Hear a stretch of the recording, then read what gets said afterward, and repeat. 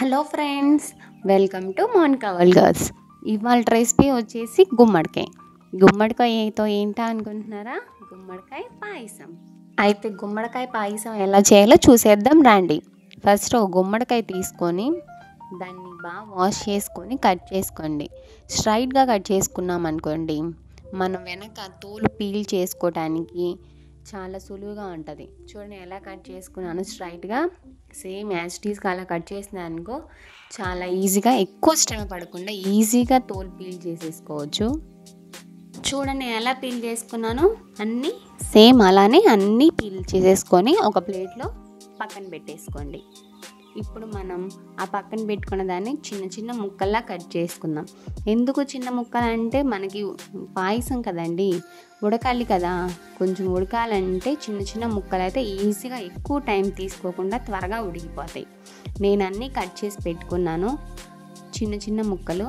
ఇప్పుడు stove on చేసుకొని ఒక ప్యాన్ పెట్టుకొని మనం చిన్న చిన్న ముక్కల్లా కట్ చేసుకున్నాం చూడండి గుమ్మడికాయ ముక్కలు, అవి అందులో యాడ్ చేసేసుకొని ఒక గ్లాస్ వాటర్ పోసేసి ప్లేట్ పెట్టేసి బాగా మగ్గనివ్వండి. ఇందులో మీకు ఒక టిప్, మీకు మగ్గాయో లేదో తెలవాలి అంటే స్పూన్ కానీ చాక్ కానీ తీసుకొని దాన్ని గుచ్చండి ఊరికే అలా. మీకు స్పూన్ దాంట్లోకి వెళ్ళిపోయింది అనుకో బాగా మగ్గిపోయినట్టు. నేనంటే చాక్ తీసుకొని చూడండి కట్ చేస్తున్నాను, ఊరికే కట్ అయిపోయి చూడండి ఎంత బాగా ఉడికిపోయాయో. ఇప్పుడు 1.5 కప్పు బెల్లం తీసుకొని గెంటితోనే మిక్స్ చేయండి బాగా. చాలామంది దీన్ని చల్లారాక మిక్సీలో వేస్తారు, లేదా పప్పు గుత్తో ఎనుపుతారు. అలా ఏం అవసరం లేదండి, మనం గెంటితోనే బాగా స్మాష్ చేస్తే దీంట్లోనే బాగా స్మాష్ అయిపోయింది.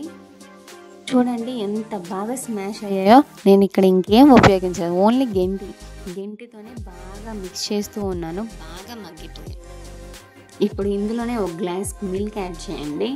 ఆ మిల్క్ యాడ్ చేసి ఇంకొంచెం బాగా గెంటితో కలబెట్టండి. మంచి ఫ్లేవర్ ఉండాలి, మంచి స్మెల్ రావాలంటే యాలకుల పొడి మాత్రం కంపల్సరీగా యాడ్ చేసుకోండి.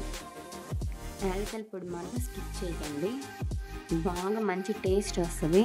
ఇప్పుడు నేతిలో వేయించుకున్న ఎండు ద్రాక్ష, జీడిపప్పు వేసుకోండి.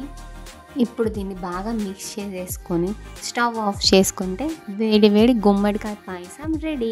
ఇప్పుడు నేను ఒక సర్వింగ్ బౌల్లో సర్వ్ చేసుకొని కొంచెం గార్నిష్ కోసం జీడిపప్పు వేసుకుంటే ఆరోగ్యానికి మేలు చేసే గుమ్మడికాయ పాయసం రెడీ.